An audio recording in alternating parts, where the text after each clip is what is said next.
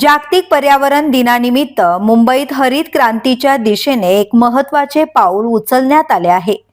कांजूरमार्ग येथील क्षेपणभूमी परिसरात बृहन्मुंबई महानगरपालिका आणि Antony waste handling cell limited यांच्या संयुक्त विद्यमाने रीरूट या नागरी वन पुनर्स्थापना उपक्रमाचा शुभारंभ करण्यात आला.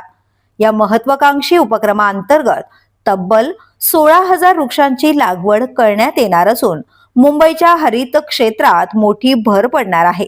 पर्यावरण संवर्धन, जैवविविधतेचे जतन आणि शहरातील वाढते प्रदूषण कमी करण्याच्या दृष्टीने हा उपक्रम महत्त्वाचा मानला जातोय. या कार्यक्रमाला मुंबईच्या महापौर रितू तावडे यांच्यासह अनेक मान्यवर उपस्थित होते. यावेळी महापौरांनी स्वतः वृक्षारोपण करून पर्यावरण संवर्धनाचा संदेश दिला. तसेच प्रत्येक मुंबईकराने किमान एक झाड लावून त्याचे संगोपन करण्याचे आवाहनही त्यांनी केले.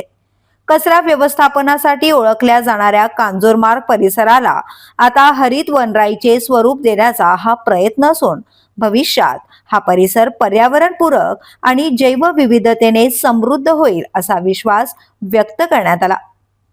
ब्युरो न्यूज, शहर मुंबई.